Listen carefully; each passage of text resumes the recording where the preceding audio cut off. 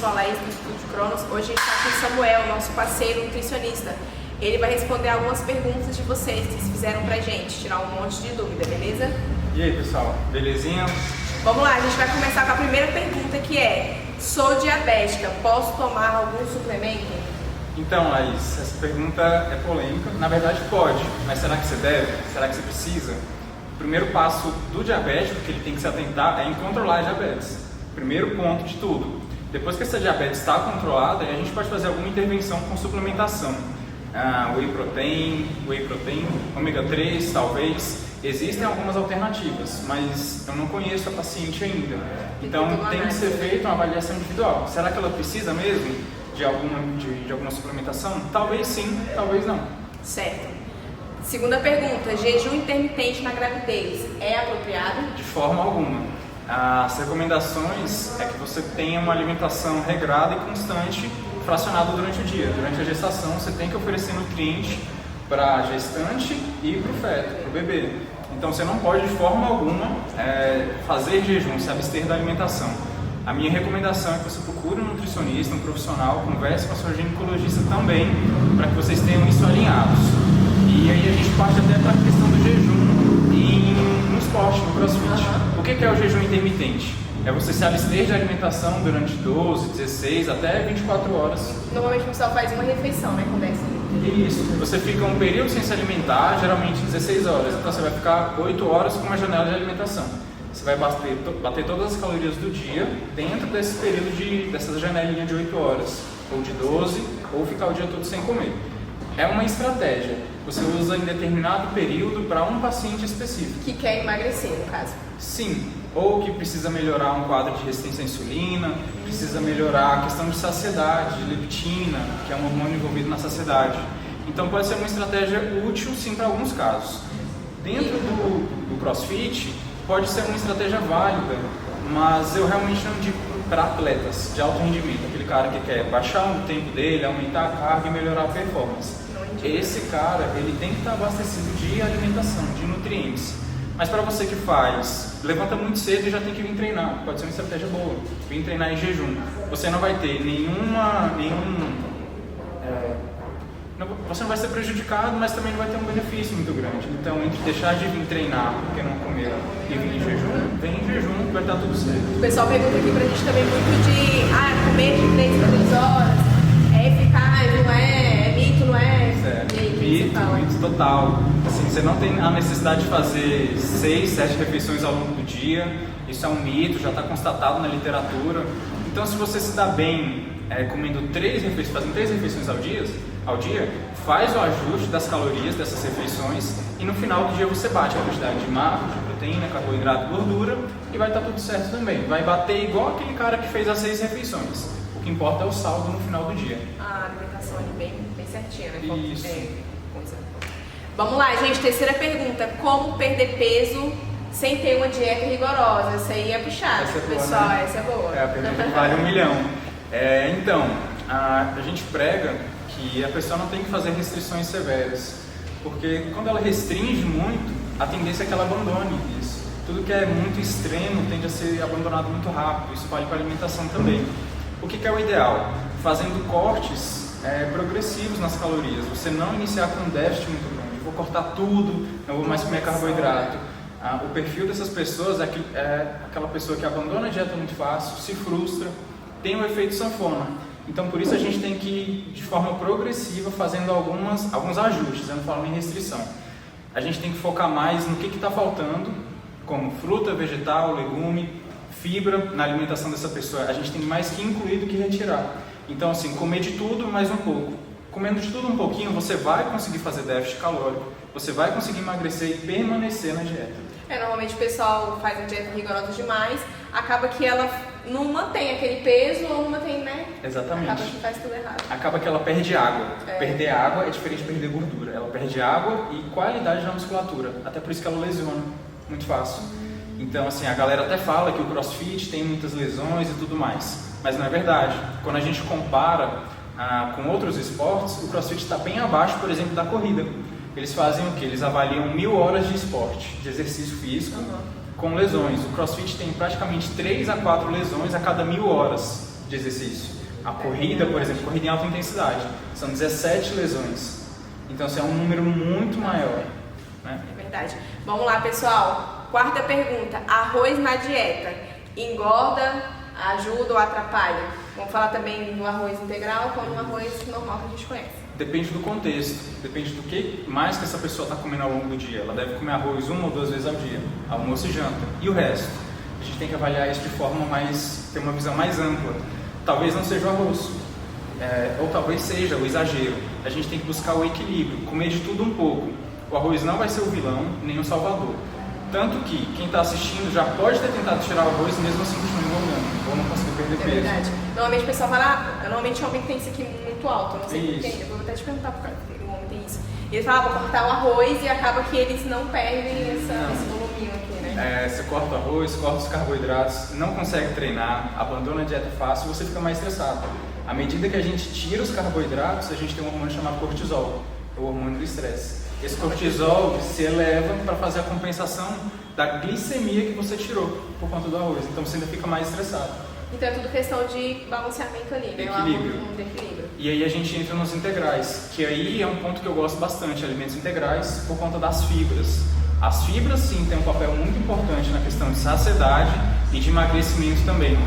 A gente tem um componente que as fibras induzem a produção, que são os ácidos graxos de cadeia curta.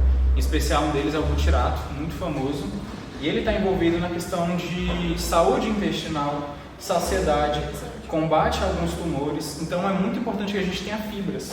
Quanto mais fibras a gente tem na alimentação, maior saciedade, maior termogênese. O pessoal procura muito termogênico. Fibra, come fibra, aveia, grãos integrais, vegetais e frutas. Os termogênicos estão lá. Tudo na base do equilíbrio, né, Samuel? Vamos lá, pessoal, quinta pergunta. O que eu posso tomar para acelerar a perda de peso? Acho que a gente acabou entrando um pouquinho nessa questão. Fibra, adicionar e não retirar. Adicione os alimentos bons, que aqueles ruins, os processados, o excesso de farinha, acaba saindo. Adiciona mais fruta, produto na sua forma natural, que isso vai te fazer ter uma termogênese maior. É comprovado, inclusive vou falar isso hoje lá no meu Insta. Já faz a chamada aí pra gente depois. Já, fala aí o Insta aí. @Samuel Barros Nutri. Segue ele lá, ele vai começar a dar muita dica pra você. Vai ter uma dica lá de termogênese induzida pela dieta. Legal. E acho que é isso. E o pessoal pergunta muito, Samuel, de suplementação. Assim, eu posso tomar o pessoal toma muito para emagrecer, para acelerar. Termogênico? Eu acho que né? Assim, os termogênicos a gente entra num quadro complicado. Geralmente são a base de estimulantes. Cafeína, taurina. E às vezes esse indivíduo, ele já é muito estressado, ele já toma muita cafeína ao longo do dia, e aí no final ele ainda toma mais cafeína, aí prejudica o sono. Prejudicando o sono, aumenta o cortisol de novo. Então a gente tem que ter muito cuidado com quem a gente está lidando, com o termogênico em si. Eu particularmente utilizo algumas fontes mais naturais, chá verde, pimenta, isso dentro de uma formulação, uma manipulação, são mais efetivos, comprovadamente, e menos agressivos do que os termogênicos já preparados em si. Então tem algumas formulações que você pode estar utilizando. Aqui tem a sexta pergunta. Termogênicos são saudáveis? A gente acabou de responder, né? Acabou entrando nessa pergunta. Vamos lá. Qual o melhor açúcar? Mascavo ou Demerara? Galera, infelizmente é tudo a mesma coisa. Açúcar é açúcar, só muda o nome, o processamento, o refinamento é o mesmo. Não adianta ficar procurando um ou outro. O mascavo ele é enriquecido com vitaminas e minerais, mas não é no açúcar que a gente tem que buscar vitamina e mineral. Então, assim, evite ou use o mínimo. Essa é a questão. Ou o adoçante, né? O adoçante faz um papel muito semelhante no estímulo de insulina no corpo. Então, aquele gostinho doce já é suficiente para estimular a secreção de insulina. Então, qual é o melhor? Usar com equilíbrio, com consciência. Use numa quantidade boa, ideal, e tente sempre reduzindo. Certo. Vamos lá. Oitava pergunta. O whey protein vai me ajudar no aumento de massa muscular? Talvez sim. A gente tem alguns suplementos comprovados que aumentam essa capacidade muscular e o whey é um deles. Cada indivíduo ele vai ter uma necessidade proteica. Se esse indivíduo não consegue bater isso via alimentação, talvez seja interessante utilizar o whey protein. Pessoa que não gosta muito de comer ovos, carnes, peixes, etc. Pode ser uma alternativa. O público vegano, que é um público que tem dificuldade de bater, a quantidade proteica, pode ser uma excelente alternativa. Mas se você já tem o ajuste proteico feito pelo nutricionista, etc., você já bate ali as quantidades de proteína, talvez não seja eficiente. Lembrando que a gente não absorve o excesso. O excesso é tudo excretado pela urina, então você vai estar gastando dinheiro. Eu gosto bastante de utilizar o whey em algumas refeições rápidas. Às vezes o cara não tem tempo de abrir uma marmita. Então, vamos no whey, um pouquinho de carboidrato, um pouquinho de gordura, a gente faz uma refeição proteica. Não que vai estar escondido no whey protein, o segredo do ganho de massa muscular, mas pode ser um aliado sim, com certeza. Para tomar, Samuel, o pessoal pergunta muito, mas se eu tomar e não treinar, vai me dar barriga? É verdade, né? Acaba que influencia ou não? Talvez possa influenciar o excesso. Você chegar num dia e esse whey estiver fazendo você extrapolar. Normalmente o pessoal toma todo dia, acho que é depois do treino, né? Isso. Tem um intervalo que você pode tomar, acho que é meia hora, não sei também. Mas eles falam isso, você tomar, e o pessoal fala, vou tomar todo dia, eu paro de treinar, mas eu continuei tomando. Entendi. Vou engordar. O whey protein é uma refeição em pó, então como toda refeição ele tem calorias. Se você toma demais, você extrapola o saldo lá no final do dia e pode te levar a engordar. Pois é, ó, pega a dica. Não é pra todo mundo não. Nona pergunta, posso comer carboidrato à noite? Pode, com certeza. Tem um mito, né, que carboidrato após as 18 horas engorda, esse tipo de coisa. Mas eu já vou levar até uma informação mais bacana. O carboidrato pode te induzir a ter um sono melhor. Então, você fazendo ingestão de algumas frutas, de uma quantidade correta, pode te induzir a dormir melhor, um sono mais profundo, mais relaxante, que vai te fazer ter uma memória melhor, acordar melhor, abaixar os níveis de cortisol. Então sim, pode comer carboidrato à noite. Galera, o importante é o saldo, é o que você come durante todo o dia. Não é o carboidrato à noite, nem ele antes ou depois do treino que vai fazer o que você procura, que vai te dar o resultado. É o contexto, é avaliar a refeição de uma forma mais completa. À noite ele pode sim, dependendo do seu contexto, do restante do dia. Mais alguma pergunta? Tem, o pessoal pergunta assim, posso comer castanha à vontade? Porque a castanha ela é gordura saudável. É uma gordura boa. Mas exagerar também não, né? É igual, mesmo caso do whey. É um alimento saudável, mas tem calorias. Então, às vezes, o nutricionista fez a dieta para a pessoa. Fez o cálculo bonitinho para sua necessidade. Lembrando que cada pessoa tem uma necessidade. A da Laís é totalmente diferente da minha. Até porque o objetivo dela provavelmente é diferente do meu. Então, assim, o nutricionista fez o cálculo. Vou tomar uma água aqui. Com vontade. Tudo é base de... tem que fazer análise, isso é avaliação. Não é porque o alimento é saudável que ele não tem caloria e que ele não possa te engordar. Se o nutricionista colocou 4 refeições ao dia e você está fazendo as 4, ok. Mas se nesse intervalo você fica beliscando castanho o dia todo, você está estourando o cálculo dele. Então assim, está te prejudicando. E aí nesse caso a castanha pode te engordar, pode jogar contra você. Então não é interessante. Então se o nutricionista colocou 5, 10, ele calculou aquilo. Tem um sentido para ele ter colocado aquilo. Então tem que tentar sempre estar o mais próximo possível ali da prescrição do Nutri. O pessoal pergunta também, posso comer ovo todo dia? Pode, né? Pode, com certeza. É uma proteína muito boa. Ovo com gema, com tudo, pode comer sim. Lembrando, na mesma questão do whey e das castanhas, o excesso sempre vai fazer mal, sempre engorda. O ovo é rico em proteínas, ali na clara, em vitaminas, na gema também. Mas assim, não vai ficar comendo proteína a rodo. Não faz bem, o seu corpo não digere isso. Isso pode levar você a produzir 2 proteínazinhas lá no seu intestino que favorecem os gases. Então você fica mais podre, inclusive é um dos nomes dessa substância, que você fica com os gases mais fétidos. Então não faz muito sentido comer arroz. Faz sentido você ter isso de forma equilibrada. Por isso que eu prego tanto o equilíbrio. Nem fazer restrição, nem achar que a solução está em um alimento. Tem que equilibrar. Tudo, né? O pessoal pergunta também muito de chá de gengibre, chá de canela, chá. O que você fala aí sobre os chás? Eu gosto bastante dos chás. Inclusive eu sempre tento incluir na prescrição de um paciente, na minha também. Eu acho que a gente pode até adicionar um hábito junto com o chá, tipo assim, a leitura com chá. Para baixar estresse, isso é sensacional. Abaixar o estresse. Começar a gostar de chá. Isso, incluir um novo hábito. Os chás são anti-inflamatórios, antioxidantes, melhoram a digestão, o fluxo de digestão, isso é muito bom. Então são aliados sim, a gente pode usar com moderação os chás. Lembrando só que alguns chás são estimulantes, tem cafeína. Então à noite podem não ser tão benéficos, a gente tem que procurar os chás mais relaxantes.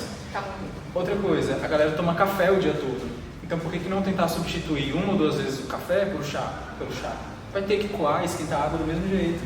Então assim, é um processo parecido. Então em vez de tomar café às 3, 6, 9, põe o chá. O pessoal pergunta muito pra gente não sei se os teus pacientes chegam e falam, eu quero perder barriga, que o pessoal chega e fala assim, eu quero perder barriga. Eu paro de comer algum alimento que me dá barriga. Entendi. A gente não tem a gordura localizada, a gente não consegue agir de forma localizada, a gente age reduzindo a gordura de forma sistêmica, né, no corpo todo.